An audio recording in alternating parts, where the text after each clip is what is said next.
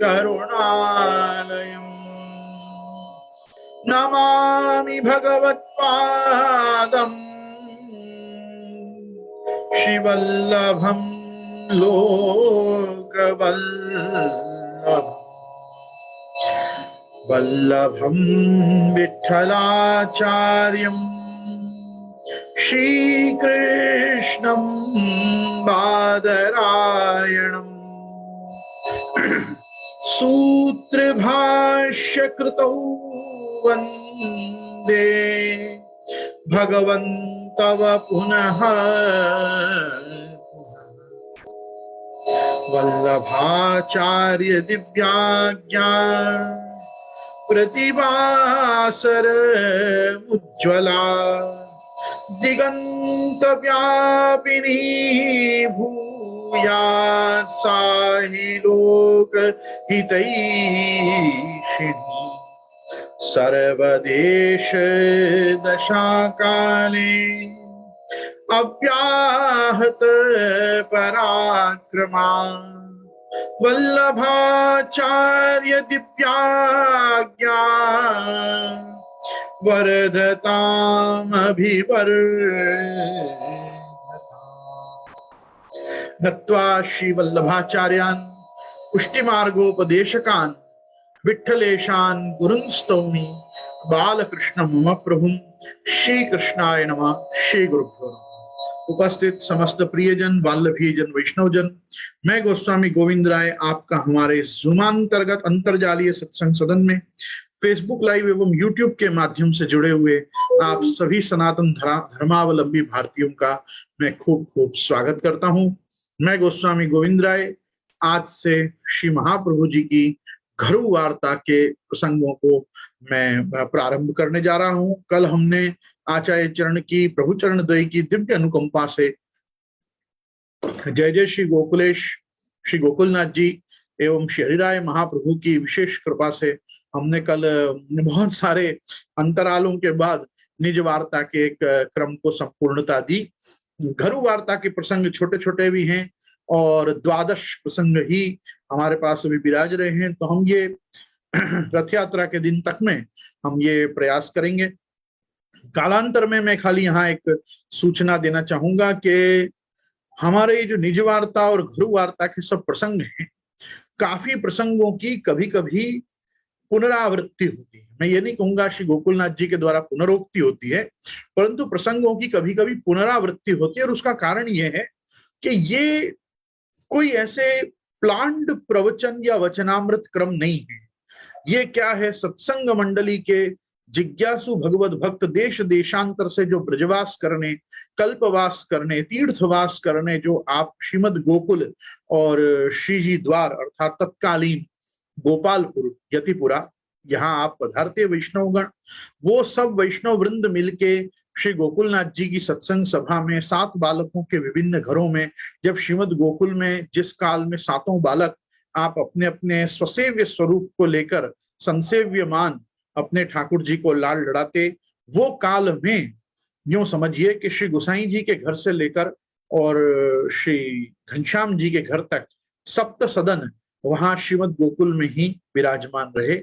7 घर जिनकी आज हम 7 घर की प्रणालिका, 7 निधि, 7 स्वरूप, 7 बालकन के घर इत्यादि नामों से हम जिस तत्व का वर्णन पुष्टि संप्रदाय में करते हैं पुष्टि मार्ग में, ये सब एक समय में श्रीमद गोकुल में ही रहा। हर व्यक्ति कभी न कभी गांव में ऐसा विचार करता है कि मैं थोड़ा शहर की तरफ आ जाऊं ताकि मुझे संसाधन जल्दी से सुलभ हो, जीवन जीने की जो जीवन जरूरत की वस्तु हैं वो सब हमको जल्दी से सुलभ हो। ऐसा विचार के कालांतर में मथुरा जी में भी सतघरा का निर्माण हुआ और सप्त स्वरूपोत्सव आदि के प्रकार जब प्रचलित होने लगे और जिस समय में 7 स्वरूप जतिपुरा श्रीजी द्वार स्वयं श्री गोसाई जी और श्री गिरधर जी के काल में भी जब बारंबार आप वहां पधारने लगे कोई न कोई मनोरथ करने के लिए, क्योंकि देखो आज हम अपने घर में ठाकुर जी की सेवा में गिरी कंदरा का और सबका मनोरथ करते हैं, तो हम अपने पास जो भी सुसज्जा के प्रकार होते हैं उनसे हम श्री गिरिराज जी का शिखर आपकी कंदरा, आपकी तरहेटी इत्यादि का निर्माण करके या पिछवाइयों में उसका चित्रण करके और हम अपने ठाकुर जी पधरा के मनोरथ करते हैं। वो काल के लोगों के लिए ऐसी कोई आवश्यकता नहीं थी, वहीं ब्रजमंडल में ही रहते, सो अपने ठाकुर जी पधरा पधरा के जतिपुर आ जाते, वहां श्री गिरिराज जी की गोद में पधरा के विभिन्न प्रकार के मनोरथ करते, ठाकुर जी को लाल लड़ाते। तो हम देख सकते हैं कि 3 जगह पे अद्यावधि सतघरा हम दर्शन कर सकते हैं।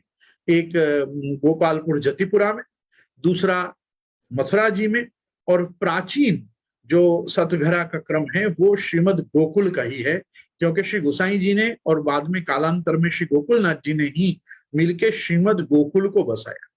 केवल यहाँ मैं ये नहीं कहूंगा कि प्रभु चरण मात्र नहीं, श्री महाप्रभु जी के समय से ही अड़ेल चुनार से बारंबार ये श्रीमद गोकुल की तरफ आना और काफी काफी समय श्रीमद गोकुल में विराजना, क्योंकि श्री महाप्रभु जी का जैसे एक नाम रह प्रिय है, वैसे श्री महाप्रभु जी का एक नाम व्रज प्रिय भी है। व्रज आपको प्रिय होने के कारण बार बार श्री महाप्रभु जी भी ब्रज की ओर पधारे हैं, कभी पृथ्वी परिक्रमा के क्रम को छोड़कर, कभी पृथ्वी परिक्रमा के क्रम में।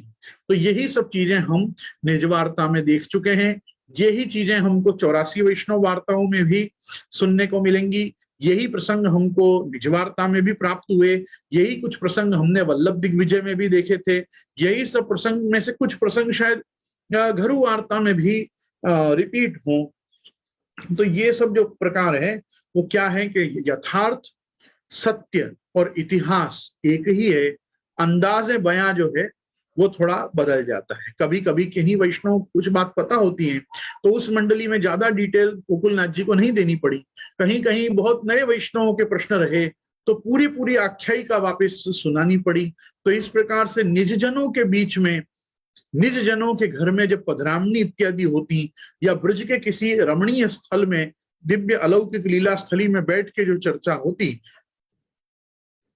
वो निजवार्ता के रूप में गाई गई।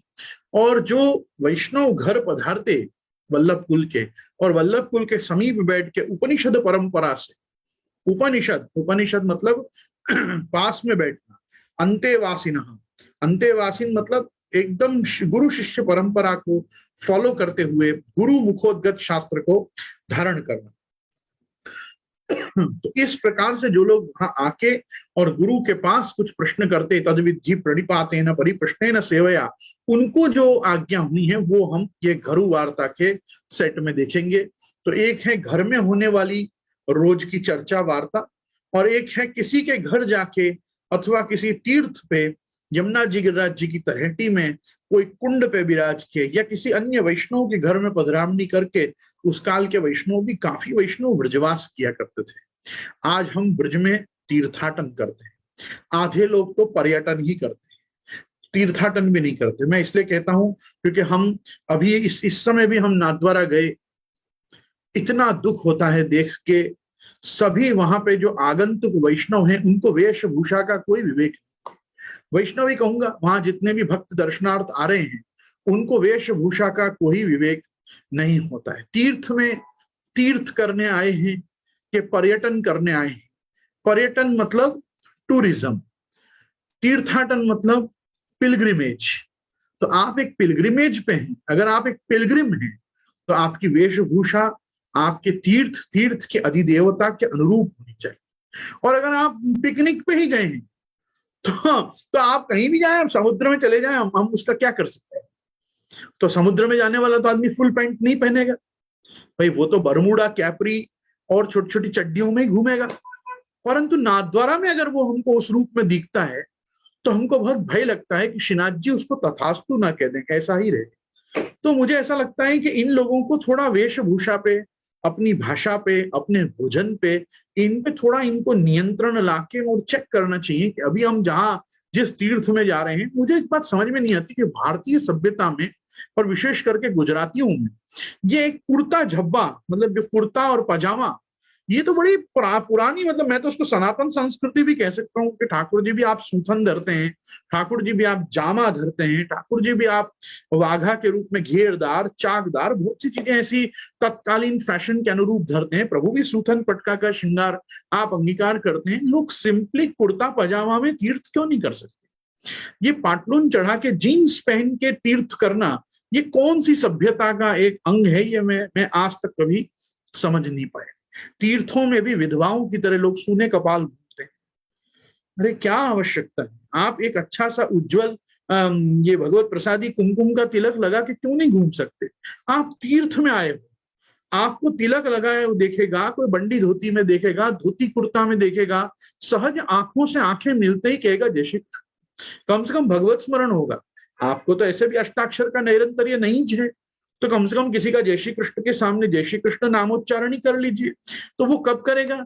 जरूरी नहीं है आपको पाटलून में और शर्ट में देखे या टी शर्ट और कैपरी में देखे और आपको कोई जय श्री कृष्ण करे, परंतु आपको व्यवस्थित वेशभूषा में कोई देखेगा तो अवश्य आपके साथ भगवत स्मरण करेगा, क्योंकि उसको लगेगा हम सेम इंटेंशन से यहाँ आए हुए हैं। नाथद्वारा जाने वाली प्रजा की बैग में और कुछ मिले ना मिले, पत्ते जरूर मिलते, वो वहीं जाके ये 52 अध्याय की कथा क्यों करते हैं, ये भी मेरे समझ में आज तक नहीं आया।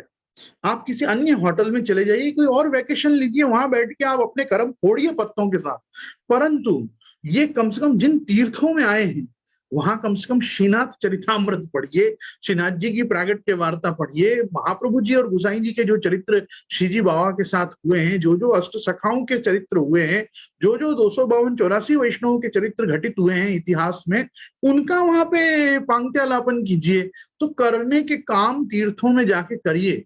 ये मेरा एक बहुत बड़ा संदेश है। फेसबुक पे और यूट्यूब पे मुझे जो लोग भी सुन रहे हैं, मैं उनसे हाथ जोड़ के आग्रह करता हूं, तीर्थों के माहौल को बनाए रखिए तीर्थानुरूप। आप उसको अपनी वेशभूषा के उपद्रव से, आप भी म्लेच्छाक्रांत ही कर रहे हैं, आप भी यवनाक्रांत ही कर रहे हैं। उन देशों को, उन पवित्र दिव्य देशों को आप बिगाड़ रहे हैं अगर आप गंदी वेशभूषा में वहां पे घूम रहे हैं। आपको ब्रज में, नाथद्वारा में, चुनार और अडेल और चंपारण्य, कम से कम 7 निधियों में, अपने गुरु घर में, इन सबों में आपको ऐसे छोटे छोटे कपड़े पहन के नहीं जाना चाहिए। आपको ढकी छुपी पूरी वेशभूषा में भारतीय परिवेश में जाना चाहिए। फिर आपकी अगर कोई सांस्कृतिक धरोहर में आपको कोई आपकी मातृभाषा जैसे गुजराती या मारवाड़ी, जिसकी जो मातृभाषा हो, उसके साथ यदि आपकी सांस्कृतिक धरोहर में आपको कोई वेशभूषा मिली हो, यदि, खैर अब तो हर समाज ने अपनी पगड़ी टोपी उतार के फेंक दी, अब तो कोई व्यक्ति ना वाणियाओं की टोपी दिखती है, ना भाटियाओं की टोपी दिखती है, ना हमको लोहानाओं की कोई पाग पगड़ी अब दिखती है। कहने को ये सब क्षत्रिय हैं, काय बात के क्षत्रिय हैं, भगवान को पता कि इनके तो कोई पाग पगड़ी रही नहीं। पहले तो किसी की कोई अपमान कर दे तो कहते थे पगड़ी उछाल दी। अरे अब तो क्या उछलेगा, तुम्हारा कुछ बचा ही नहीं है, शिखा तक तो माथे पे बची नहीं, तुम्हारा उछाले क्या? तो कहने का तात्पर्य मेरा यह है कि ये संस्कृति से विहीन जो समाज है, वो संस्कार से विहीन है, इसलिए संस्कृति से भी विहीन है। खैर मैं उस चीज में भी नहीं पढ़ूंगा, लेकिन उनको इतनी तो सभ्यता होनी चाहिए ना कि हम जब तीर्थ करने जाएं तो तीर्थानुरूप होके जाएं, हम वहां जाके बताएं। ऐसे तो पूरे दिन घमंड करते रहते हैं, हमें वाणिया, हमें पटेल, हमें लोहाना, हमें भाटिया, हमें फलाना, हमें ठिकाना। अरे तो वो तुम्हारे दिखना भी चाहिए ना कि तुम कौन से समाज के हो, जो यहाँ पे वो समाज का वैष्णव यहाँ दर्शन करने आया है, वो समाज का वैष्णव यहाँ तीर्थ करने आया है। पहले चौबे पंडे, चौबे चतुर्वेदी समाज के लोग और पंडे, ये आपसे नाम नहीं पूछते थे, आपकी वेशभूषा और पगड़ी देख के बता देते थे ये कौन से गांव का हमारा यजमान आया। वो आपको ढूंढते हुए आ जाते थे आपकी वेशभूषा को देख के। आज आपकी 3 पीढ़ी आपको बतानी पड़ती है, तब किसी को याद आता है कि अच्छा अच्छा तुम उसके बेटे या पोते या कुछ हो क्या। क्यों ऐसी परिस्थिति आई है? तुमने अपनी संस्कृति का परित्याग कर दिया, वो मत करो। वहां जाके इंग्लिश मत बोलो, तीर्थों में जाके अपने माता पिता से भी इंग्लिश में संवाद मत करो। आपको पता है इंग्लिश सबसे ज्यादा हेल्दी लैंग्वेज विद डॉग्स है। प्रायः देखना, कुत्ते रखने वाले अपने कुत्ते से इंग्लिश में ही बात करते हैं। पता नहीं क्यों जानवर एक अंग्रेजी ही समझता है। और अगर ऐसी परिस्थिति घर में आ जाए ना, तो ये बहुत बहुत डरावनी वस्तु है। मैंने किसी विद्वान के मुख से सुना था कि प्राचीन काल में लोग अपने घर के बाहर शुभ लाभ रिद्धि सिद्धि लिखते थे। उसके बाद काल आया तो उन्होंने शुभ लाभ रिद्धि सिद्धि घर में लिखना छोड़ दिया। फिर बाद में वेलकम आ गया, वेलकम भी चला गया जब अंग्रेज चले गए। उसका सुस्वागतम आ गया, सुस्वागत। अब सुस्वागतम भी चला गया। बंगले के बाहर प्लेट होती है beware of dogs, beware of dogs. अंदर सब कुत्ते हैं, इनसे बच के अंदर जाना मतलब ये खा जाएंगे तुमको देखते हुए। क्या परिस्थिति आ गई है। पहले किसी जमाने में अपना नाम, किसी जमाने में तो गोत्र लिखा रहता। हमारे घरों के बाहर भारद्वाज गोत्रीय कम्मम पार्टी वेल्यनाडु फलाना फलाना ऐसे लिखा रहता था। क्यों? क्योंकि कौन से ब्राह्मण का घर है वो ब्राह्मण बताता। आज किसी के घर के बाहर क्या मिलता है? वो घोड़े की नाल। अरे घोड़े की नाल का क्या है? क्या उद्धार करेगी घोड़े की नाल? घोड़े की नाल किसी का कोई उद्धार नहीं करने वाला, ना कोई और कुछ लिखने करने से कोई फर्क पड़ने वाला है। लेकिन आपके घर का माहौल कैसा है ये आपकी नेम प्लेट बताती है। मालूम पड़ना चाहिए वैष्णव का घर। हमारे यहाँ प्राचीन काल में एक सभ्यता थी जिसने वाजपेय यज्ञ किया होता था। वो वाजपेयी जो होता था वो ब्राह्मण के घर के बाहर एक बहुत बड़ा रथ का पहिया, रथ का भी नहीं, विशेष करके बैलगाड़ी का पहिया, बैलगाड़ी का एक व्हील, वुडन व्हील वो लगाते थे। वो वुडन व्हील जिसके घर के बाहर लगा हुआ हो उस घर को देख के मालूम पड़ता था ये वाजपेयी ब्राह्मण का घर।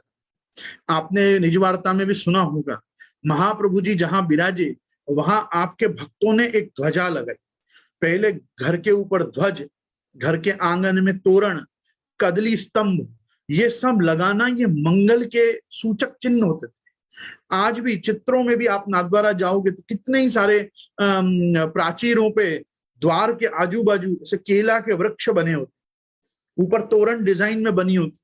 ये सब क्यों होता है? ये मंगल के सूचक चिन्ह है कि इसके घर में मंगल ही मंगल है, या ये मंगल रूप निधान का धाम है ऐसा। तो अपने को ये सब चीजों पे ध्यान देना चाहिए। लोग इतने इतने लाखों का इंटीरियर्स कराते हैं, घर की दीवारों में श्रीनाथ जी के चित्र ही नहीं रहे। घर की दीवारों में पहले यमुना जी, श्रीनाथ जी, महाप्रभु जी के चित्र शोभायमान हुआ करते थे। मैं वैष्णव जगत की बात कर रहा हूँ, मैं और किसी की बात नहीं कर रहा हूँ। वैष्णव जगत का एक बहुत बड़ा ऐसा वर्ग इस समय आया हुआ है, मॉडर्न आर्ट। मॉडर्न आर्ट, अरे क्या मॉडर्न आर्ट? तो फिर नाथद्वारा आर्ट का क्या होगा? नाथद्वारा स्टाइल ऑफ पेंटिंग का क्या होगा? वो किसके लिए होगी? अगर तुम्हारे घर में मॉडर्न आर्ट लगेगा और वो मॉडर्न आर्ट इतने चित कबरे विचित्र से और इतने दुखदाई होते हैं देख के कि उससे कहीं भी कोई मांगल्य का सूचन तो उनको देख के नहीं होता है। जो हमको हमारे प्राचीन देवी देवताओं के चित्रों को देखकर या ठाकुर जी के, श्री महाप्रभु जी, यमुना जी के पिछवाइयों को देख के जो एक आदृत भाव आता था कि हम दिया बत्ती के समय खड़े होकर नमस्कार करते थे, उन चित्रों को प्रणाम करते थे। आज प्रणाम की संस्कृति का ही घरों में से जो विसर्जन हुआ है उसका कारण सूने सूने प्राचीर है। घर की सूनी प्राचीरों के कारण ही कोई किसी को प्रणाम नहीं करता। माता पिता के पैर छूना, अभिवादन करना, किसी वस्तु का अभिनंदन करना, ये सब ग्रीटिंग्स ही लोगों के घर से जाती जा रही है। तो when you don't greet each other properly, how will you treat each other properly? सबसे पहले ग्रीटिंग स्टार्ट होती है, good morning madam, good afternoon madam, goodbye madam. School में भी एक संस्कृति रखी गई है कि आप टीचर को ग्रीट करिए, आप स्टूडेंट्स को मिलें तो पहले ग्रीट करिए। ये एक ग्रीटिंग्स ही जिनके घर में जा चुकी है। दिया बत्ती के समय का, संध्या काल का जिनके घर में सम्मान नहीं रहा, वो तो बरमूडा और चड्डी में ही तीर्थ करेंगे ना। वो कहाँ से धोती उपरना या धोती कुर्ता या धोती बंटी पहन के या कुर्ता पजामा पहन के भी तीर्थ करेंगे? आप मुझे खुद विचार करके बताइए। खैर, ये सब तो मैं इसलिए कह रहा हूं, पहले बहुत लोग तीर्थवास करते, तीर्थ करने जाते थे। तीर्थ करने जाते थे सहज आग्रह रखते थे कि गुरु घर जाएं, गुरु के सानिध्य में बैठें, गुरु के पास जाके पांक्त्यालापन उनके पास नीचे बैठ के करें, तो उससे बहुत सी चीजें जानते थे। जानते क्यों थे? जानकारी बढ़ाने के लिए नहीं। अभी का जो अपना वैष्णव समाज है ना, वो गुरु के पास जानकारी बढ़ाने आता है। इंफॉर्मेशन टेक्नोलॉजी के युग का वैष्णव है ना, उसको इंफॉर्मेशन चाहिए, उसको एजुकेशन नहीं चाहिए। क्योंकि एजुकेशन ट्रांसफॉर्मेशन लाती है। Education leads you to transform your lives, enhance your living system. उसके लिए एजुकेशन होती है। आपको क्या चाहिए? आधे लोगों को इंफॉर्मेशन, आधे लोगों को प्योर एंटरटेनमेंट। ત્યાં આપણે જઈએ બહુ મજો આવે, મજો नहीं आवे तो कोई वचनामृत में भी नहीं। सीधी सीधी बात है, मजा आना चाहिए, सुख मिलना चाहिए। अगर अपनी भ्रकुटी तन रही है कोई बात को सुनने में तो वो बात नहीं सुननी है हमको। बिल्कुल उस प्रकार का जिनका ढर्रा हो चुका है जीवन का, उनको एजुकेट नहीं किया जा सकता, उनको उपदेश नहीं किया जा सकता, उनको सलाह दी जा सकती है। मैं आप लोगों को आज्ञा नहीं कर सकता, आग्रह कर सकता। क्यों? आज्ञा करने की स्टेटस पे अब हम रहे ही नहीं, गुरु पद पे हैं। इस मनोभ्रम विभ्रम से बाहर आ जाना चाहिए आचार्यों को कि हम सब गुरु पद। नहीं नहीं, पुराने लोगों ने बहुत सही सिस्टमैटिक शब्द रखा है, गुरुद्वार। हम गुरुद्वार हैं, आप हमारे पास आए, हमसे कुछ प्राप्त हो तो लें, और नहीं प्राप्त हो तो दर को दंडवत करके आगे बढ़े। इससे ज्यादा मैं क्या कह सकता हूं। परंतु इंफॉर्मेशन टेक्नोलॉजी के युग में everybody wants to be informative, nobody wants to get something as an education, क्योंकि एजुकेशन मिलेगा तो बदलाव आएगा। वैष्णव समाज आधी बातों को पुष्टि मार्ग में इसीलिए नहीं जानना चाहता कि जानेंगे तो करना पड़ेगा, मालूम पड़ जाएगा कि ये ऐसे होता है, इसलिए होता है, और ये करना चाहिए तो करना पड़ेगा, और नहीं करना है उसका बेस्ट माध्यम क्या है? उसका माध्यम हमने तो कहीं खबर ज नहीं। अरे आવું થાય છે, આવું કોઈ बताव्યું જ નથી, कोई કહ્યું જ નથી, હજી સુધી तो कोई आज्ञा ज નથી કરી આ विषयમાં। ये आज्ञा। और दूसरा कैसा है, एक समाज वो भी है जिसको जो चीज चाहिए वो सीधा आके यही बोलता है, आपनाથી एक आज्ञा लेवी है। वो आज्ञा लेने वाला भी एक समाज, उसको सीधा आज्ञा ही चाहिए, उसको भी सुझाव सलाह उपदेश ये नहीं चाहिए। उसके पास विनती नहीं है करने को गुरु को कि मैं आपको एक विनती करूं, उसको एक आज्ञा चाहिए। और वो प्री डिस्टिंक्ट ढंग से ही आया है, प्रेजुडाइज होकर ही आया है कि मैं आपसे मांगू इस चीज की आज्ञा तो आप दे देना, क्योंकि मुझे आज्ञा चाहिए। तो मैं इन लोगों को बताना चाहता हूं कि ऐसी हमारे पर कोई मजबूरी नहीं है। लख्यू ते वंचाए, गुजराती में कहावत है, लख्यू ते वंचाए, जो लिखा होगा बता दिया जाएगा कि ये यहाँ पे लिखा हुआ है, आपको उचित लगे आप करिए, आपको नहीं उचित लगे आप मत करिए।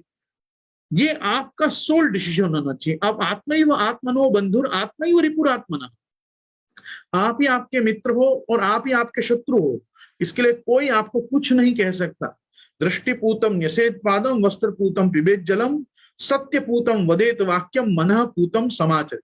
आपको क्या आचरण करना, कैसा आचरण करना, ये आप पे निर्भर करता है। किसी के उपदेश, किसी के ज्ञान, किसी की मंत्रणा पे नहीं करता है। विदुर जैसा मंत्री होने पर भी धृतराष्ट्र का सत्यानाश हो सकता है, और सुमंत्र जैसा मंत्री होने से भी दशरथ का और रामचंद्र जी का अभ्युत्थान हो सकता है। चाणक्य जैसा मंत्री होने से भी चंद्रगुप्त मौर्य पूरे भारत का शासक हो सकता है। आप कैसी और किसकी मंत्रणा लेना चाह रहे हैं या नहीं लेना चाह रहे हैं, उस पर निर्भर करता है। आज हस्तिनापुर के पतन का कारण विदुर जी नहीं है, हस्तिनापुर के पतन का कारण धृतराष्ट्र स्वयं है। उसी प्रकार से हमको ये चिंतन करना है कि हम क्या अंधे धृतराष्ट्र की तरह रहना चाहते हैं, या आंख होते हुए भी आंख पर पट्टी बांधकर गांधारी की तरह रहना चाहते हैं, या हम किसकी तरह रहना चाहते हैं। हमको आवृत्त चक्षु अमृतत्व इच्छन के लिए रखा गया था कि हमारी आंखें इतनी खुली हों कि हम अमृत में और मृत में फर्क देख सकें, हम सत्य और असत्य को भाप सकें और सत्य का अनुसरण कर सकें। आज पुष्टि मार्गीय वैष्णव समाज आंख पर पट्टी बांधकर जो चलने का प्रयास कर रहा है, और वो कह रहा है क्या करें, कुछ दिख ही नहीं रहा। दिखेगा कब? आंख पे से खुद के पट्टी खोलोगे, ये माया मोह का आवरण हटाओगे तो तुमको ब्रह्म ज्ञान होगा ना। ब्रह्म ज्ञान लेना है कि नहीं, ब्रह्म ज्ञान करना है कि नहीं, ब्रह्म बोध चाहिए कि नहीं, इसका चयन कौन करेगा? गुरु थोड़ी करेगा, गुरु नहीं करेगा, शिष्य स्वयं करेगा, सेवक स्वयं करेगा कि मुझे सत्य असत्य में से क्या चीज चाहिए। अगर वो असत्य में प्रसन्न है तो वो अपनी प्रसन्नता के कंफर्ट जोन को नहीं तोड़ेगा। आज भी ऐसा ही, हर वैष्णव को पता है माथा पे तिलक लगा के घूमना चाहिए, लोग तिलक नहीं करते। हर वैष्णव को पता है मेरे गले में 2 कंठी होनी चाहिए, कंठी नहीं पहनते। पता है घर से हवेली जा रहे हैं, ऑफिस से, धंधे से या फैक्ट्री से भी नहीं, घर से फ्रेशली तैयार होके हवेली आ रहे हैं, माथा पे तिलक नहीं करते।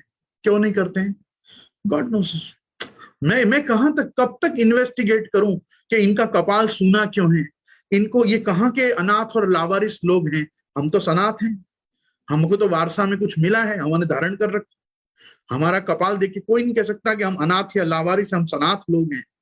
हमारे माथे श्री महाप्रभु जी विराज रहे हैं, श्री यमुना जी विराज रहे हैं, हमारे ठाकुर जी विराज रहे हैं, सर्वोपरि हमारे पितृचरण विराज रहे हैं कि हमको मालूम है हमको कैसे रहना है, कहाँ जा रहे हैं, उसकी वेशभूषा क्या होनी चाहिए, हमको पता है। ये कौन सा एजुकेटेड लिटरेट समाज है जिसको ये नहीं पता कि कौन सी क्लब में किस समय जाएं तो उस क्लब का ड्रेस कोड क्या होना चाहिए? How this people are educated, only they no.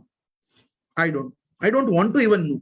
But मेरे कहने का तात्पर्य है, हर व्यक्ति आज कोई ना कोई प्रकार के पूजा या साधना आदि के क्रम में बैठता ही, उसको मालूम है वो वैदिक या पौराणिक कर्म करने बैठ रहा है, पर धोती का आग्रह नहीं रहा, पजामा पहन के बैठ जाएंगे। अभी तो दुर्भाग्य ये है समाज का, सॉक्स पहन के बैठे रहेंगे।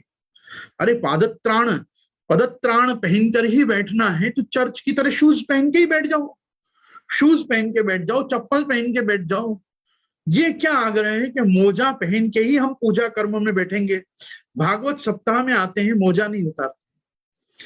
सप्ताह का जो प्रांगण है, जहां सब श्रोता बैठे हुए हैं, वो भी एक आध्यात्मिक स्थल है। आध्यात्मिक स्थलों में, आदिदैविक स्थानों में हमको पादत्राण या पदत्राण पहन के नहीं आना चाहिए। फिर भी मैं खुद आज भी, मैं आपको एक दृष्टांत के साथ बताऊंगा। आप हमारे हैदराबाद में कोठी में श्री गिरिराज जी का मंदिर, वो गिरिराज जी के मंदिर में आप जाके देखिए, सुबह से सांझ तक अगर 100 वैष्णव वहां परिक्रमा देता है, उनमें से 60 वैष्णव मोजा पहन के परिक्रमा देते। पता नहीं ये कहां से इनको ये दुर्बुद्धि आती है। ये लोग मंदिर के लायक ही नहीं, इनको चर्च में ही जाना चाहिए, इनको चले जाना चाहिए, चर्च में जाके बैठना चाहिए। इनको पूजा उपासना में भी नहीं, क्योंकि हाथ जोड़ने का विवेक नहीं समाज को। समाज ऐसे कुछ बैठा रहता है, कुछ अलग कुछ करता रहता है। वो ये सब किसी को नहीं पता किसने सिखाया, किसने बताया, किसने क्या किया। अधिकांश लोग तो कुछ ही करते हैं, यूं भी करते हैं, क्यों करते हैं? और अधिकांश मूर्ख हमारे, हम तो खुद देखते हैं। जरा हमारा ध्यान बाहर की तरफ जाए, अधिकांश लोग आरती में आंख बंद करके खड़े होते। अरे आरती चल रही है, देवता को दीपकावलोकन किया जा रहा है। इस समय तो देवता तक के सन्निधि में जो स्वयं प्रकाश देव है, उसको भी दीप दर्शन कराया जा रहा है। जिस समय, इस समय ये क्यों आंख बंद करके खड़े रहते हैं? पता नहीं, इनकी कुछ घंटा टकोरा सुनते ही दैत्य दानवों की तरह, असुरों की तरह आंख बंद हो जाती है। मतलब आगतम तो देवानाम गमनार्थ तो राक्षसाम, ये राक्षस लोग हैं क्या कि जो मतलब झालर घंटा, शंख ध्वनि, झांझ ये सब नहीं सुन पाते हैं तो आंख बंद करके से खड़े हो जाते हैं। तू दर्शन करने आया ही क्यों अगर तुझे आंख बंद करके चौक में खड़े रहना है? मत आया, तू घर में आंख बंद करके बैठ, खोल के बैठ, ऑफिस में आंख बंद करके बैठ ना, थोड़े दिन मालूम पड़ेगा कुछ। ये सब मंदिरों में आके आतंक क्यों? ये सब चीजों से बाहर आ जाओ। आंख बंद करके भगवत सन्निधि में जाओ ही मत। अगला जन्म प्रभु अंधे का ना दे दे कृपा करके कि इसको ऐसे ही रहने की इच्छा है, तथास्तु। मुझे तो हमेशा ठाकुर जी के सामने जाने में यही भय लगता है कि अपन जैसे पहुंचे ना, प्रभु अपन को क्यों, मैं ये बात क्यों कह रहा हूँ, देखो हमारे यहाँ की एक विज्ञप्ति है, दंडवत करते समय की और आरसी दिखाने के समय की एक विज्ञप्ति है।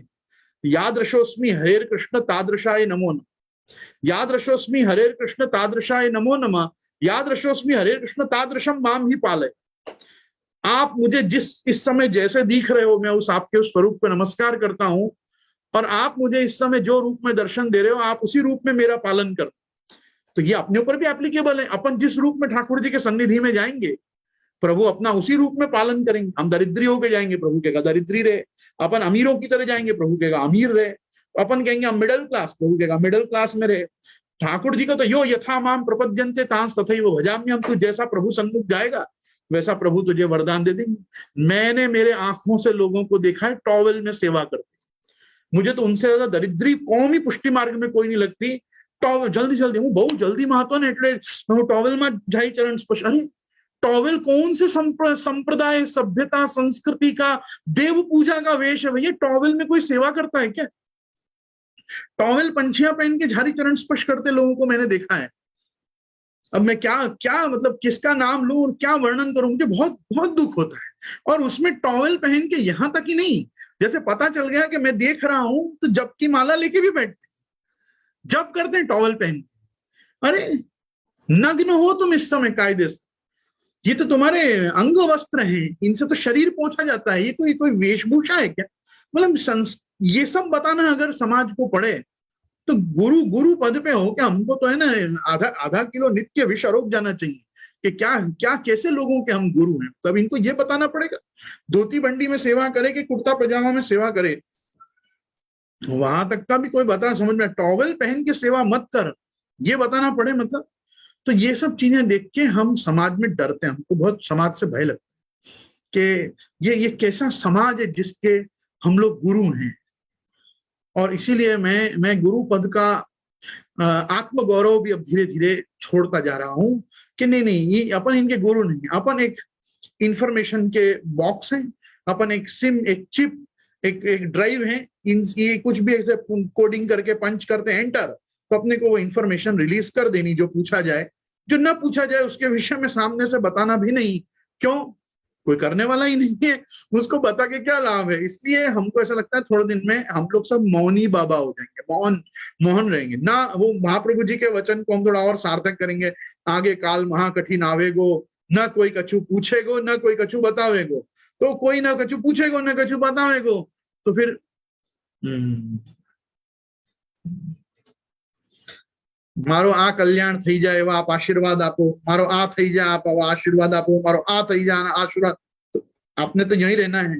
अब बहुत देर ऐसा रहो तो लोगों को लगे अपन कांग्रेस में है, तो यूं रहना पड़े। तो इसलिए अपन को बहुत सोचना चाहिए कि हम कहाँ हैं। धर्म मार्ग पे यदि स्थित हैं तो धर्म को जीने के लिए हैं, धर्म को समझने मात्र के लिए हैं, धर्म को सुनने मात्र के लिए। किस लिए हम धर्म में हैं, इसका चिंतन जरूर करिएगा। ये मेरी घरू वार्ता है, तो मैंने आज आपसे थोड़ी मेरी भी घरू वार्ता कर ली कि जो निज वार्ता है तो मैं क्या कहूँ इसको, पर ये घरू वार्ता है। मेरे घर में भी ऐसे ऐसे लोग, ऐसी ऐसी आइटमों का रोज पदार्पण होता है कि मैं भी उनको दर्शन करके चकित, चमत्कृत, आश्चर्यचकित, बहुत प्रकार से मेरे भी ये सब ऐसे ही नहीं चले गए। ये सब इन लोगों का दर्शन, आंख बंद करके दर्शन करने वालों का दर्शन कर करके ही सब केशावली मेरी जा चुकी है। बोलो श्री वल्लभाधीश की जय। श्रीमद वल्लभाचार्य जी की घरू वार्ता प्रारंभ। श्री कृष्णाय नमः। वार्ता प्रसंग पहला। अब श्री गोकुलनाथ जी आज्ञा करत भय, जो श्री आचार्य जी महाप्रभु अड़ेल में घर करी के बिराजे, तो पीछे के कछुक चरित्र संक्षेप से कहत हो सुसुम। ये पीछे के कुछ चरित्र हैं, घर करके बिराजे, उसके बाद श्री आचार्य चरण ने और क्या क्या किया, ये उसकी कुछ बातें रह गई हैं निज वार्ता में बतानी, तो आप उसका श्रवण करिए, ऐसे आज्ञा कर रहे हैं। यह सुनी के श्रोता बहुत प्रसन्न हुए। श्री आचार्य जी महाप्रभु जी ने 12 वर्ष की उम्र में पृथ्वी प्रदक्षिणा को आरंभ कर दर 6 वर्ष में एक प्रदक्षिणा पूरी करी है। 30 वर्ष की अवस्था में 3 प्रदक्षिणा और 3 दिग्विजय किए हैं। ता पाछे श्री आचार्य जी महाप्रभु काशी आए, तहां आवते मायावादी ने एक पत्र दियो, ताको उत्तर तुरंत ही आपने दियो। तब विन्ने कही जो उत्तर ठीक न भयो, तब आपके संग जो माधव सरस्वती हते, तिन्ने कही जो यहाँ मायावादी की दुर्बुद्धि भई है, ताते आप इनते बोलो मत। पाछे आप श्री आचार्य जी महाप्रभु अड़ेल आए बसे, पीछे भक्ति मार्ग को हट सु निरूपण कियो, आप तीनों परिक्रमा संपूर्ण करके अड़ेल पधारे। ता दिनाते हर साल चैत्र कृष्ण अथवा वैशाख शुक्ल पक्ष में दूज को आप सोम यज्ञ को प्रारंभ करते। चैत्र कृष्ण मतलब डोल का समय। डोल जो आती है वो चैत्र कृष्ण प्रतिपदा को आती है, और चैत्र शुक्ल में संवत्सर प्रतिपदा पे आती है। तो होरी जो है वो फागुन शुक्ल पूर्णिमा है, उसके दूसरे दिन से व्रजमास के हिसाब से, चैत्र को संवत्सर मानने वालों के हिसाब से चैत्र मास लग जाता है, और चैत्र शुक्ल में संवत्सर का परिवर्तन होता है। संवत्सर पलटने का जो क्रम है वो चैत्र शुक्ल में हो। ठीक है, तो महाप्रभु जी का ऐसा नियम रहा कि आप ठाकुर जी को डोल झुला के, और द्वितीया पाठ जिसको हम कहते हैं, द्वितीया पाठ के दिन से आप प्रतिवर्ष आप सोम याग करते, और वैशाख शुक्ल पक्ष में दूज को आप सोम यज्ञ करते। और बाद अब ये सोम यज्ञ करते हैं, तो सोम यज्ञ एक दिन में नहीं होता। सोम याग के लिए 3, 5, 7, 9 ऐसे एक ही के क्रम में ये याग का क्रम चलता है। ये बहुत बड़े बड़े याग हैं, ये अपने आप में सोम संस्था है।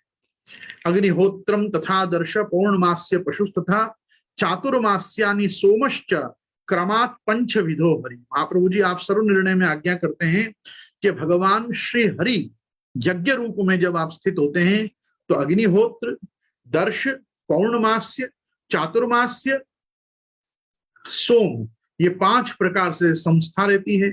आज ही हम श्रीमद् भागवत जी का जो दर्शन चिंतन कर रहे थे नीचे शयन के बाद, उसमें आया कि ये सोम संस्था में भी अग्निष्टोम, अत्यग्निष्टोम, उकथ्य, षोडशी, आप्तोर्याम, अतिरात्र, सगरुड़ चयन, ऐसे अलग अलग प्रकार के सोम याग होते हैं। और महाप्रभु जी और महाप्रभु जी के पूर्वज, आप ये 9 के 9 प्रकार की जो सोम संस्थाएं हैं उसके अनुरूप आप महायाग करते। और उसके साथ साथ महाप्रभु जी के पूर्वजों ने तो पौंडरीकम, जब ये यज्ञ, जैसे मैं आपको दृष्टांत के लिए बताऊं, जैसे कोई विष्णु याग करे, विष्णु याग को और बड़े रूप में करे तो वो महाविष्णु याग हो जाता, और बड़े क्रम में उसको किया जाए तो अति विष्णु याग हो जाता। इसी प्रकार से रुद्र का भी क्रम है, रुद्र याग, महारुद्र याग, अति रुद्र याग, विष्णु याग, महाविष्णु याग, अति विष्णु याग। इनसे ऊपर यदि यज्ञ गया तो वो पौंडरीकम नाम के बड़े बड़े यज्ञ होते हैं, जिसका अनुसंधान आज के समय में देव दुर्लभ है। तो ये सब प्रकार के याग श्रीमद आचार्य चरण के काल तक तो बहुत सुंदर ढंग से होते। महाप्रभु जी नहीं, अपितु महाप्रभु जी के पौत्र श्री गिरधर जी के पुत्र गोपीनाथ दीक्षित जी ने भी अपने जीवन काल में पौंडरीकम आदि सोम संस्थाएं करी। श्री यदुनाथ महाप्रभु ने सोम याग किए। तो इस प्रकार से आचार्य चरण के वंश में भी ये क्रम अबाध गति से चलता रहा है इत्यावधि। सो ये महाप्रभु जी आप प्रतिवर्ष चैत्र कृष्ण अथवा वैशाख शुक्ल में दूज को सोम याग को प्रारंभ करते। आप स्वधाम पधारे, अर्थात आपने जो आसुर व्यामोह लीला करी, तहां ताई आपने कितने ही सोम यज्ञ किए होते, मतलब जब तक आप इस भूतल पे विराजे उतने प्रतिवर्ष आपने ये सोम याग की। अब यहाँ कह रहे हैं दूसरी वार्ता। एक समय श्री आचार्य जी महाप्रभु आप विवाह करके पृथ्वी परिक्रमा को पधारे हते, तब संपूर्ण पृथ्वी परिक्रमा करके आप चरणाट जायवे को श्री काशी जी में ससुर के घर भोजन करवे को पधारे। आप काशी से भी चरणाट शिफ्ट हो रहे थे। ता समय आपकी सास रसोई करत हती। इल्लम्मा गारू जी, आपकी सास रसोई करत हती, मुख की मुखरता होती, ताते बेटी को बहुत दुख देत रहती। सो वाके घर आए के आप श्री आचार्य जी ठाड़े भय। तब आने अपनी बेटी से कहो, जो द्वारे अतिथि आयो है ताको तू नाच दे, मतलब अनाज दे आप सीधा।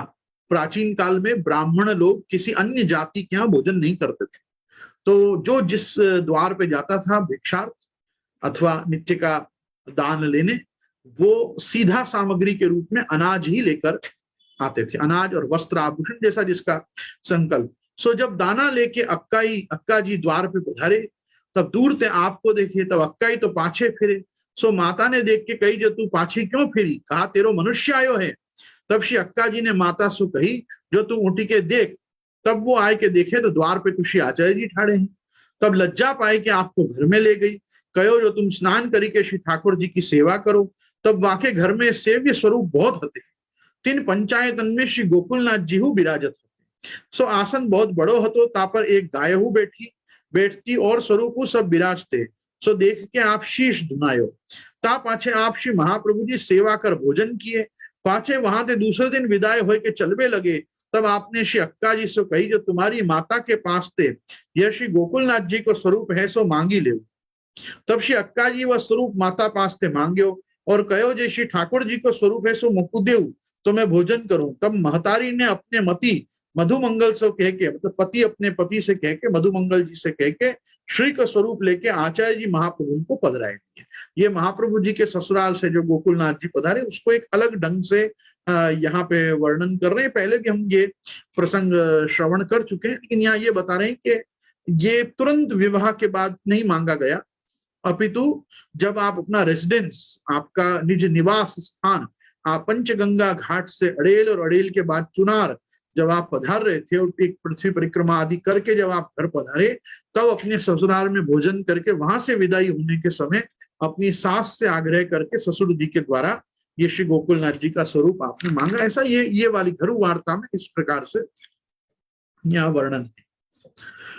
तब आपने एक झांपी मंगवाई, सो छोटी भई और श्री को स्वरूप बड़ो भयो। तब आपने श्री गोकुलनाथ जी छोटो स्वरूप धर के वह झांपी में विराजे। पाछे श्री आचार्य जी आप श्री अक्का जी सहित श्री गोकुलनाथ जी को पधराए के सब भगवदियन सहित अपने घर चरनाट पधारे। तहां श्री गोकुलनाथ जी को पंचामृत स्नान कराई के पाठ बैठाए, सेवा करी, रसोई सिद्ध करी, राजभोग समर्पे। प्रथम श्री आचार्य महाप्रभु ने श्री गोकुलनाथ जी की सेवा करी, सो सेवा श्री गुसाई जी ने अपने लाल जी श्री गोकुलनाथ जी तिनके माथे पधराई दिए। सो सांप्रत चौथी गादी के मालक के रूप में आप श्री गोकुलनाथ जी विराजत है। यहां वार्ता प्रसंग 30। एक समय श्री आचार्य जी महाप्रभु अड़ेल में विराजत थे। तब एक दिन भंडारी ने समारे आए कि आपसो विनती करी, जो महाराज आज भंडार में कछु सामग्री नहीं। तब आपने मंदिर में थे एक कटोरी सोने की काड़ी के भंडारी के हवाले की।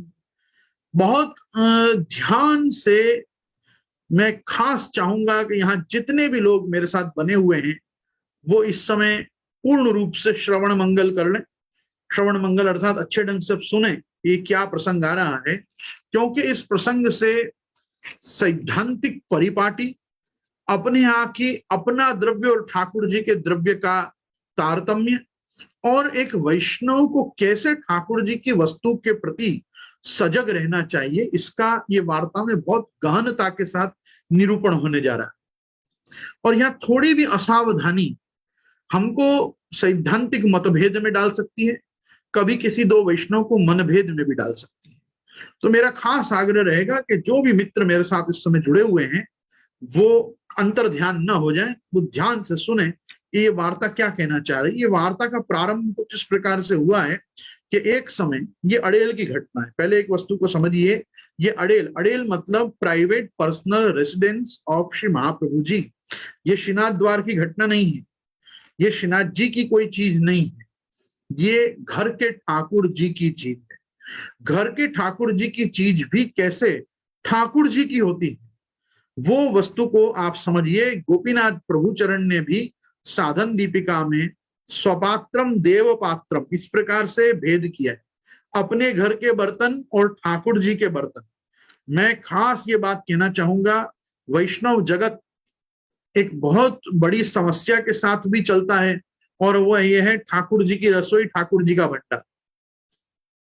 ठाकुर जी की रसोई, ठाकुर जी का भंडार व्यवस्था की दृष्टि से भी अलग नहीं होना चाहिए, अपरस की दृष्टि से भी अलग नहीं होना चाहिए।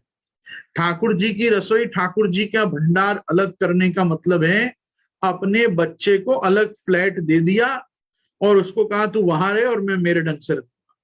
ये बिल्कुल एक घर में दो रसोई करने के बराबर की बात है। अपने ठाकुर जी की रसोई में अपन को प्रसाद पाना चाहिए, ये दास धर्म है। अपने ठाकुर जी की ही रसोई में अपन को भी भोजन भगवत प्रसाद ग्रहण करना चाहिए। पुष्टि मार्ग की ये परिपाटी है, प्रणालिका है। एक वस्तु को जानिए, समझिए। बहुत से लोग अपरस के कारण, मेण मर्यादा के कारण, छुआछूत के कारण, दूध घर, अंसकड़ी, सखड़ी, नागरी और न जाने फलाहार और क्या क्या प्रपंच ये जबरदस्ती रखते रहने के कारण क्या करते हैं, ठाकुर जी की रसोई और ठाकुर जी की सब व्यवस्था, ठाकुर जी का भंडार, ये सब अलग कर देते हैं। उसका सोल कारण ये होता है, हम जी भर के हमारी रसोई में अनाचार मिला सके, जूठन हाथों से बर्तनों में से ले सकें, रसोई बनाने के बर्तनों को भी जूठन कर सकें। ये क्या है, दुनिया में हर चीज का एक ही बस वस्तु है, सबको सब चीज जूठी कर दे, सबको हर वस्तु एक दूसरे को भी जूठाई खिलाना है। तब इनको ना वायरस का डर लगता है, ना बैक्टीरिया का डर लगता है, ना मलेरिया का डर लगता है, तब इनको कोई डर नहीं लगता है। तब ये लोग सब एकदम से भगवान धनवंतरी अमृत पाई हो जाते हैं कि हम तो किसी का कितना भी झूठा खाएं कि हमको थोड़ी को रोग लगने वाला है, हम तो गरुड़ की तरह निरोगी रहने वाले हैं। तो वो डंके हो जाते हैं तब तो।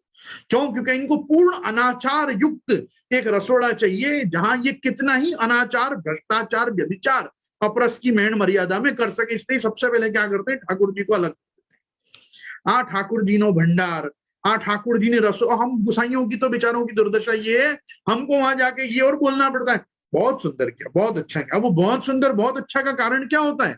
ये होता है कि कम से कम तुम्हारा जूठा ठाकुर जी तो नहीं खा रहे, बस इतना होता है। बाकी तुम दास धर्म का जीवन जी रहे हो, ये कोई बात हम कोई प्रशंसा में नहीं कहते हैं। मैं सत्य बोल रहा हूं आपसे, ग्रंथ मेरे हाथ में।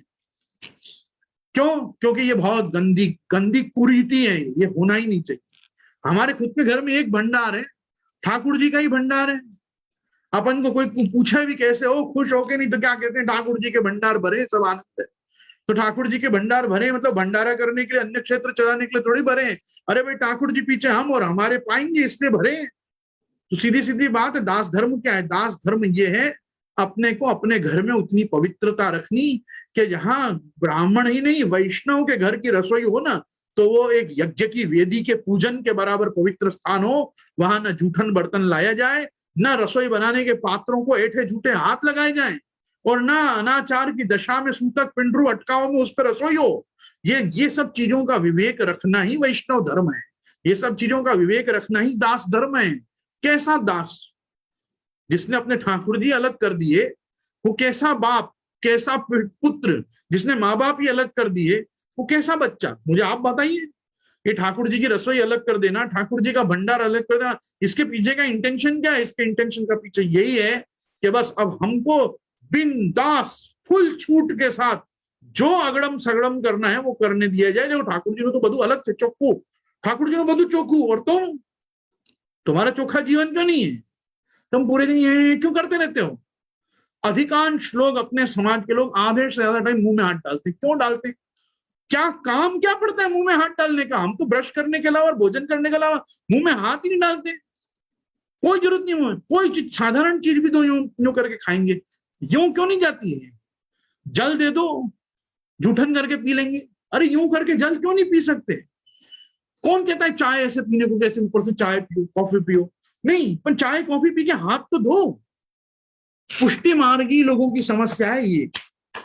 बस कुछ भी किया, बस हाथ झटक लिए, सब पवित्र हो गए। ब्राह्मणों में कहावत थी पहले, भीजे कान भय स्नान, केशवाय नमः, नारायणाय नमः, माधवाय नमः कर लिया मतलब पवित्र हो गए। मैंने ऐसे दुष्ट चरित्र ब्राह्मण भी देखे हैं, शौच जाके आते हैं और कान पे जल छांट के बोलते हैं अपवित्र पवित्र हुआ, सर्वावस्थान गतोपि वा यह स्मृत पुंडरीकाक्षं सभायत सभायभ्यंतर शुचि। काय बात की शुचि? कोई शुचि नहीं। शुचिता तभी आएगी जब माथा से स्नान करोगे, माथा भिजो के नहाओगे। अरे जलशूर ब्राह्मण, रणशूर क्षत्रिय होना चाहिए, जलशूर ब्राह्मण होना चाहिए। 4 बार नहीं 5 बार नहाना पड़े तो भी नहा लेना चाहिए। और नहाने में अगर जिसको आलस्य आता है वो ब्राह्मण ही नहीं, वो वैष्णव ही नहीं है जिसको नहाने में आलस्य आता है, वो दरिद्री आदमी। तो मैं ये कहना चाहता हूं, सबसे पहली वस्तु ये है, हमको पवित्रता से रहना है। ये वैष्णव धर्म है। हमको पूरे दिन ऐठा झूठा सकड़ी अनसकड़ी ये सब व्यभिचार हमको खाने के पदार्थों में नहीं करने हैं। ये वैष्णव धर्म है।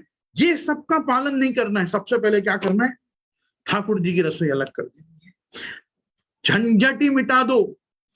अब जैसे रहना है रो, बिना नहाए धोए कहीं से भी आ जाओ, लग जाओ रसोई में। मैंने वैष्णव घर के लोगों को देखा है, लोकल ट्रेन में से उतर के नहाते नहीं है ये बंबई के वैष्णव घर जाते। लोकल ट्रेन में से आते हैं, हाथ धोते हैं, रसोड़ा में घुस जाते हैं, और उसी रसोड़ा में दूसरे दिन ठाकुर जी की रसोई और करते हैं। ये कैसे वैष्णव? कौन सा? वो फिर हमारा अप्रश्न वस्त्र अहिया, हमारा अप्रश्न जलघड़ो अहिया, हमारा अप्रस का अप्रस? लोकल ट्रेन में से उतरा, चला गया रसोड़ा में, तो अप्रस, सब रस, खलास अप्रस, कोई अप्रस अप्रस नहीं। रोज पंचामृत कराओ ठाकुर जी के, और रोज से अप्रस काढ़ो, तब जाके तुम्हारे घर ठाकुर जी विराजे। मैं कोई बहुत ज्यादा अप्रस फैनेटिक गोस्वामी आचार्य नहीं हूं, लेकिन हाँ सिस्टमैटिक अपरस का आदर करने वाला मनुष्य हूं। सिस्टमैटिक अपरस, देश काल परिस्थिति के अनुरूप अपरस। मैं कोई 108 घड़ा जल से नहीं नहाता हूं, पर हाँ मैं शावर से नहाता हूं, उसको अपने आप को शुद्ध मानता हूं। मेरे कोई जलघड़ी आके नहवाए तब मैं शुद्ध हूं, ऐसा मेरे साथ प्रपंच नहीं है। मैं आपको बहुत सत्य बात बता रहा हूं। आज जितने गोस्वामी बालक अपने लिए एक जलघड़िया रख रहे हैं कि वो स्नान करेगा तब शुद्ध होंगे, वो कैसे नहा के आता है? वो कौन इन्वेस्टिगेशन करेगा कि वो खुद बराबर नहा के आया कि नहीं, और उसके माथे पे किसने जल डाला? उसको कौन ने नहाया पकड़ के? पहले ये बताओ। और कुआं पे गया, समझो नहाने, कुआं पे जलाशय पे गया, खुद ने बाल्टी लेके खुद ने माथा पे डाली, तो खुद छुआ हुआ ही तो था, उसने अपने माथा पे पानी डाला, तो कितनी बाल्टी के बाद वो शुद्ध हुआ? ये सब प्रश्नों के कोई उत्तर है क्या? ये सब प्रश्नों के कोई उत्तर नहीं है। ये सब मानसिक पागलपन है लोगों का। द्रव्य शुद्धि ग्रंथ उठा के देखो पुरुषोत्तम जी का। पुरुषोत्तम जी ने एक एक वस्तु का खुलासा किया है। पुरुषोत्तम जी ने जल शुद्धि विचार किया है, भू शुद्धि विचार किया है, द्रव्य शुद्धि विचार किया, और ये द्रव्य शुद्धि के विषय की ही ये प्रसंग और वार्ता है जो आज हम अभी ये वार्ता देखने जा रहे हैं।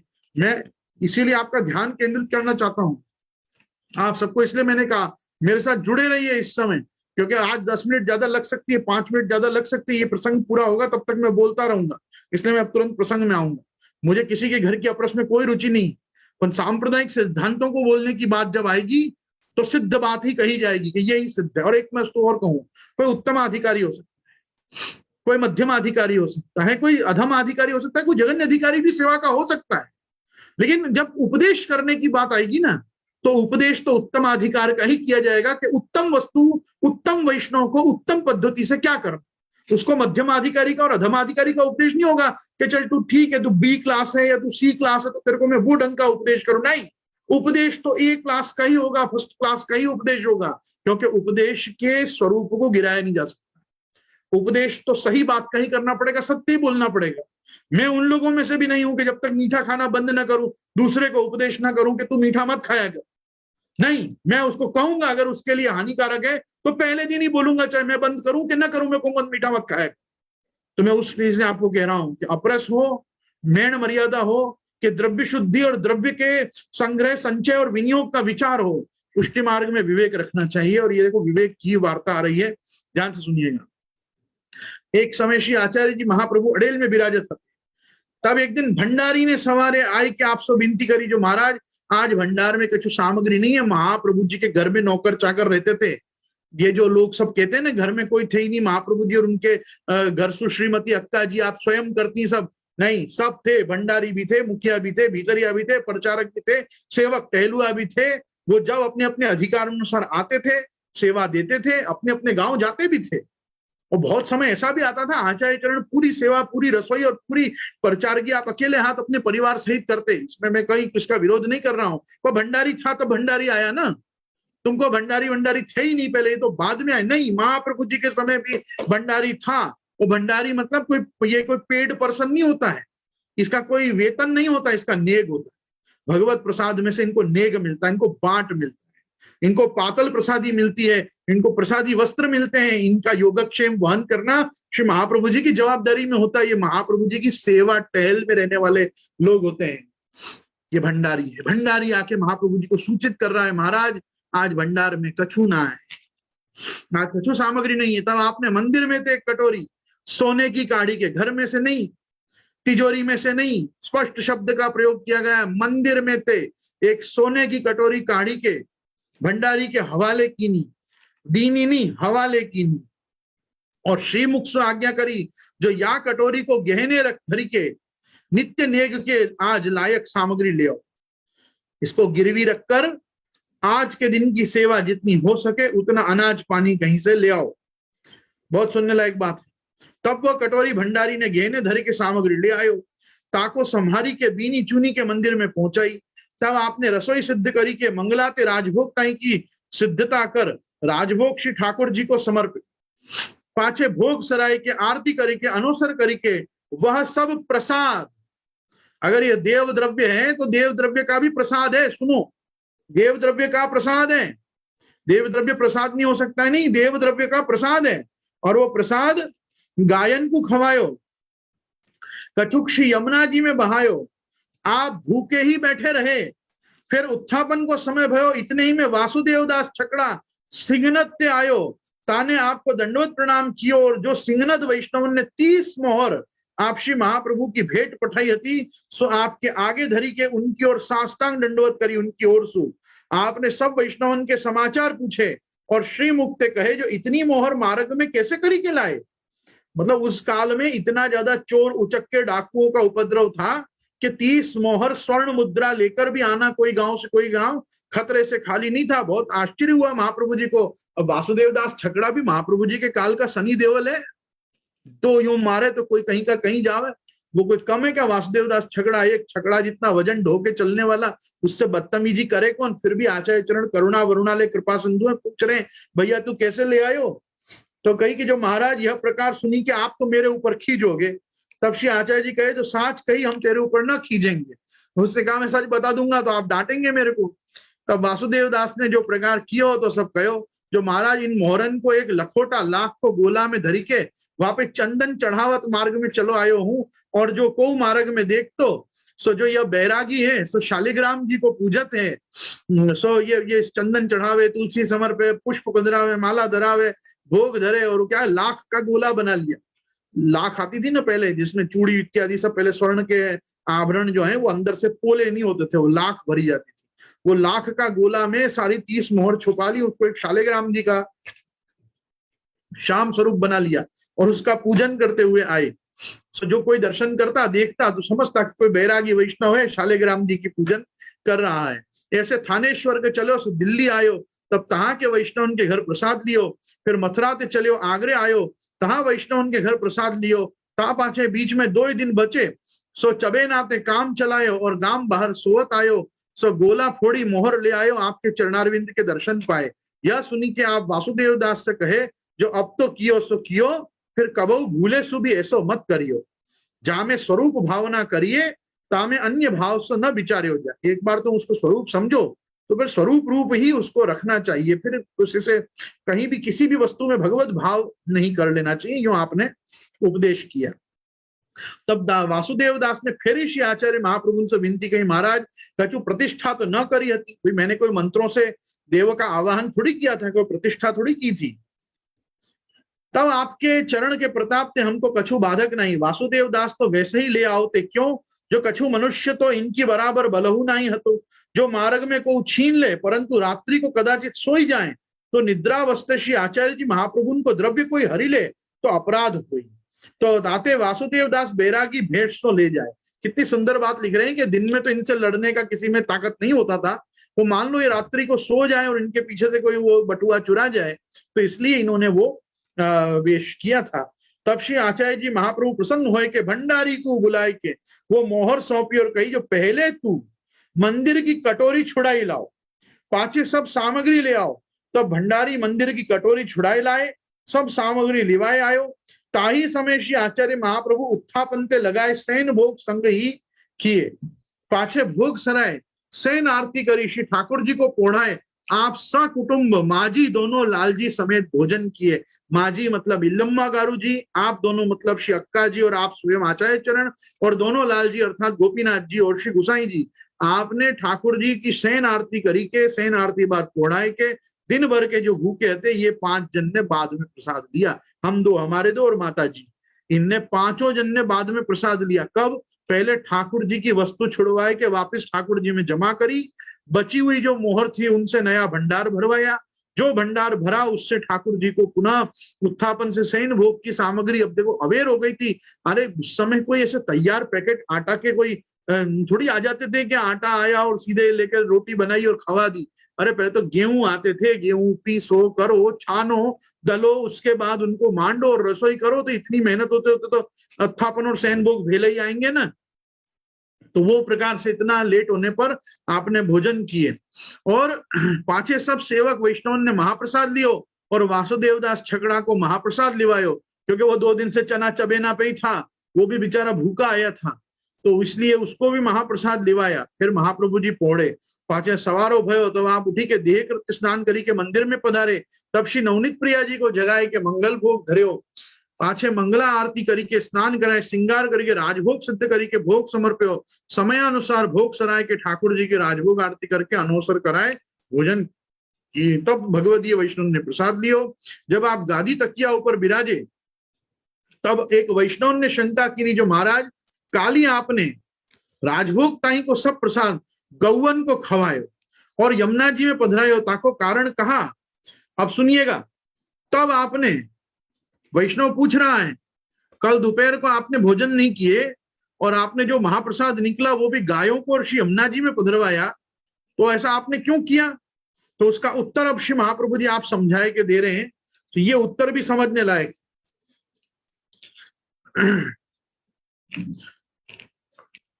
अब आप कहे, जो कटोरी धरी के सामग्री आई, सो तो भोग श्री ठाकुर जी आप ही के द्रव्य को आप अरोगे, सो तो आपको ही द्रव्य भयो। जो श्री ठाकुर जी को द्रव्य खाएगो सो मेरो नहीं, और मेरो सेवक भगवदीय होएगो, सो देव द्रव्य कबहू न खाएगो। देखो समझने लायक बात सुनिए। ठाकुर जी में कटोरी किसने भेंट करी? ठाकुर जी में वो कटोरी ठाकुर जी को भी श्री महाप्रभु जी ने भेंट करी। कायदे से वो कटोरी किसकी? महाप्रभु जी की। महाप्रभु जी ने भेंट कर दी, अब कटोरी किसकी? ठाकुर जी की। ठाकुर जी कटोरी गिरवी रखी तो जो पैसा आया किसका? ठाकुर जी का। तो ठाकुर जी के पैसे से ठाकुर जी को ही आरोग आया तो हम प्रसाद कैसे लेंगे?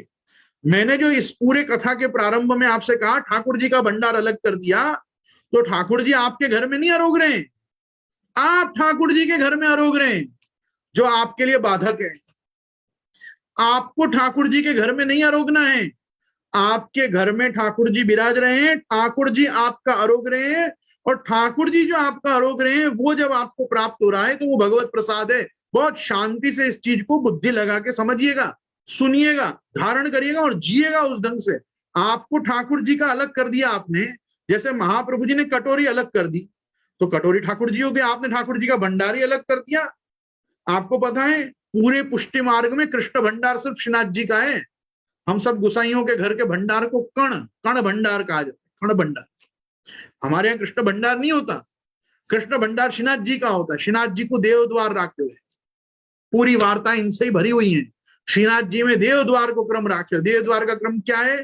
पहले कुछ दीजिए, फिर कुछ लीजिए, सेवा कीजिए, मेवा लीजिए, यह है। दास धर्म क्या है? प्रभु है तो सब आपका, लेकिन पहले आप लीजिए फिर हम लेंगे, ये सेवक धर्म। ठाकुर जी का ही है सब। ये दे आगार पुत्र आप्त वित्त सब दे तो दिया ही है प्रभु को।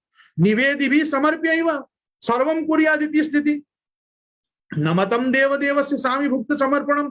इतना इतना ग्रंथों में स्पष्ट लिखा है कि सबसे पहले तो ठाकुर जी का कुछ है ही नहीं, सब कुछ तुम्हारा है। तुम्हारे घर ठाकुर जी विराज रहे हैं और उस ठाकुर जी को तुम ब्रह्म संबंध के समय सब कुछ दे चुके हो। ये ईशावास्य मिदगम सर्वम यत्किंचित जगत्याम जगत तेन त्यक्तेन भुंजीता मागृदक कस्य स्विद्धनम। उपनिषद आपसे पूछता है, गीता जी आपसे पूछती है, जो भूंगते तेन एव सा। तुम चोर हो क्या? ठाकुर जी का चुरा के खा जाओगे?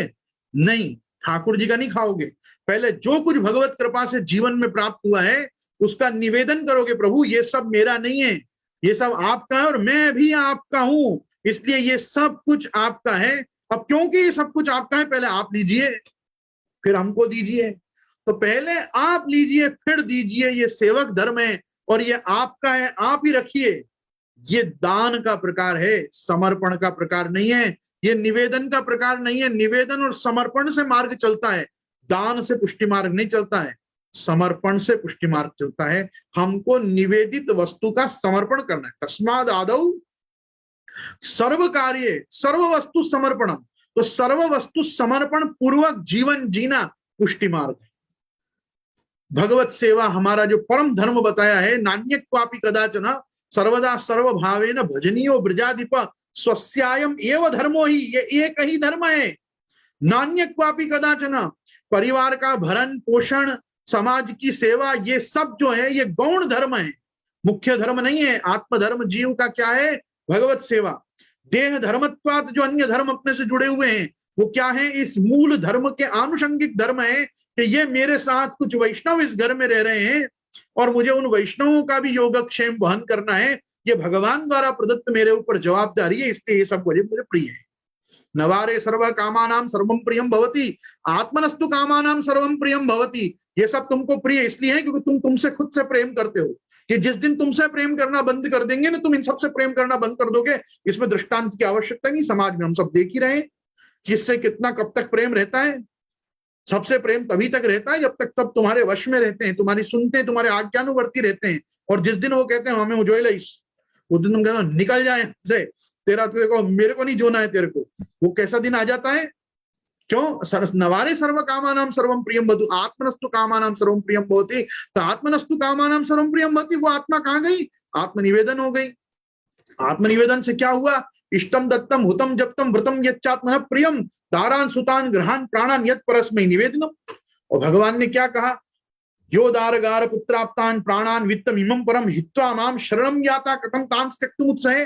अरे मैं उनको छोड़ ही नहीं सकता जो सब कुछ छोड़ के मेरे पास आए, तो मैं पहले उनका ही करता हूं जो लोग मेरे लिए हैं, मेरे हैं और मेरे लिए ही सब कुछ करते हैं। ये गोपीजन जो हमारी आद्याचार्य हैं वो क्या है? तन्मनस्का तदालापा तद्विचेष्टा तदात्मिका तद्गुणान एव गायन्त्यो नात्मा कारण सस्मृ। सुखदेव जी कहते हैं गोपीजनों के लिए, भगवान उद्धव जी को बुला के उद्धव जी कहते हैं सुन गोपीजन कैसी है, मनमनस्का मदालापा मदविचेष्टा मदात्मिका मदगुणान एव गायन्त्यो मानात्मा कारण सस्मरु। कभी देखा क्या नंदराय जी यशोदा जी ने एक किचन अलग करी, एक रसोई अलग करी कि ये सब जो है ये मेरे ठाकुर जी और दाऊ जी को, मेरो तो यहाँ अलग है। अरे गोपी वल्लभ भोग रखते, गोपीजन जो अपने घर में बनाती है वो लाके भी यहाँ नंदालय में अरोगाती है। ठाकुर जी उनके घर खेलते खेलते पधारते श्रृंगार बाद तो चुपचाप अरोगा देती कि मेरे घर को आप अरोगो प्रभु, ये मेरी सत्ता। तो अपनी सत्ता का प्रभु में अंगीकार कराना पुष्टि मार्ग है। अपनी सत्ता का प्रभु को द्रव्य भेंट करना ये पुष्टि मार्ग है। प्रभु का ही द्रव्य प्रभु को भेंट करना कौन सा मार्ग है? कोई मार्ग नहीं, चोर मार्ग है ये, चोर मार्ग कि ठाकुर जी की वस्तु ठाकुर जी को ही चिपका दी। हम क्यों लोगों को कहते हैं हमको भेंट करो भाई, ठाकुर जी को क्यों भेंट करते हो? हमारी पेड़ी, हमारी गोलक हमको भेंट करो, हम ठाकुर जी को रोगाएंगे। तुम आके ठाकुर जी को रोगा तो मैं कहां से रोगाऊंगा? मेरी क्या फैक्ट्री चल रही है क्या? दुकान है पीछे के मकान के नीचे, कुछ मेरे को भाड़ा आता है क्या? मुझे कुछ नहीं आता है, मुझे वैष्णव आता है तो द्रव्य आता है, द्रव्य आता है तो अनाज आता है, अनाज आता है तो सामग्री आती है, सामग्री आती है तो ठाकुर जी रोकते, प्रसाद बनता है, तुम सब आनंद से लेते हो। क्यों? क्योंकि ये पुष्टि मार्ग की रीति है। अगर मुझे भी कटोरियां गिरवी रखने लग जाए तो ना मैं खा सकूं ना तुमको लिवा सकूं, तो क्या दमन गंगा में पधराऊं सब अनाज? यहाँ तो जमुना जी भी नहीं है, गायें भी इतनी नहीं मिलती, किसको दूं? इसलिए कहना पड़ता है ठाकुर जी को मत करो, ये मेरी ओर की सेवा है। आपको जहां अंगीकार करनी हो आप अंगीकार करो। ये मोहर भेजने वाले लिखते थे क्या, राजभोगना, ईंडोलाना, आप आखा दिवसनी सेवा, अब मंगल भोगना, अब पलना, 30 मोहर लड़ुआ करी और दे दी महाप्रभु जी को। अब महाप्रभु जी सीधी द्वार भेजे ना, प्रिया जी में रोगावे, मुकुंद जी को रोगावे कि सब कुछ यमुना जी में पधरावे, वो महाप्रभु जी जाने। वो ढंग का विश्वास जिन वैष्णवों को हो ना, उनको वल्लभ कुल में आना चाहिए। ना विश्वास हो ना तो बिल्कुल हमारी ड्योढ़ी का संस्पर्श भी नहीं करना चाहिए। विचार के ही आना चाहिए कि यहाँ जो पधराएंगे सो पुष्टि पुरुषोत्तम परात्पर पर ब्रह्म श्री कृष्ण तक जाएगा ही। ये पूर्ण विश्वास के साथ जो आ रहे हैं वो तो सेवक धर्म निभा रहे हैं, बाकी सब तो दान दाता आ रहे हैं, दान ला रहे हैं, और ये जो दे जा रहे हैं वो हम तो ब्राह्मणत्व ले रहे हैं, तो ये बाद में प्रसाद नहीं ले सकते हैं क्योंकि वो हमारा हो गया। ब्राह्मण को दान देके कोई कहता है क्या मुझे देना है इसमें से कुछ? कोई नहीं देता है। तो इसलिए हमको ब्राह्मण मत बनाओ, हमको आचार्य ही रहने दो। इस वार्ता को मैं कल और शांति से आपके साथ डिस्कस करूंगा। ये संप्रदाय की नींव है, ये संप्रदाय के फाउंडेशन के प्लिंथ के सिद्धांत है। यदि इनको व्यवस्थित समझेंगे ना तो हमारा जीवन पूर्ण पुष्टि मार्गी ढंग से और नित्य अभ्युत्थान को प्राप्त होगा। हमारी कभी अवनति नहीं होगी, सर्वदा उन्नति होगी। बोलो श्री गोवर्धन नाथ की जय। दृढ़ चरणन केरो भरोसो, दृढ़ चरणन केरो, श्री वल्लभ नख चंद्र छटा बिन, सब युग मांझ अंधेरो भरोसो। साधन और नहीं आ कली में, जासो होय निबेरो। सूर्य कहाँ कहे द्विविध आंधरो, बिना मोल को चेरो भरोसो। दृढ़ चरणन केरो भरोसो। श्री गोवर्धन नाथ की जय। श्याम सुंदर श्री अम्ने महारानी की जय। श्री वल्लभाधीश की जय। श्री गुसाई जी परम दयाल की जय। आज के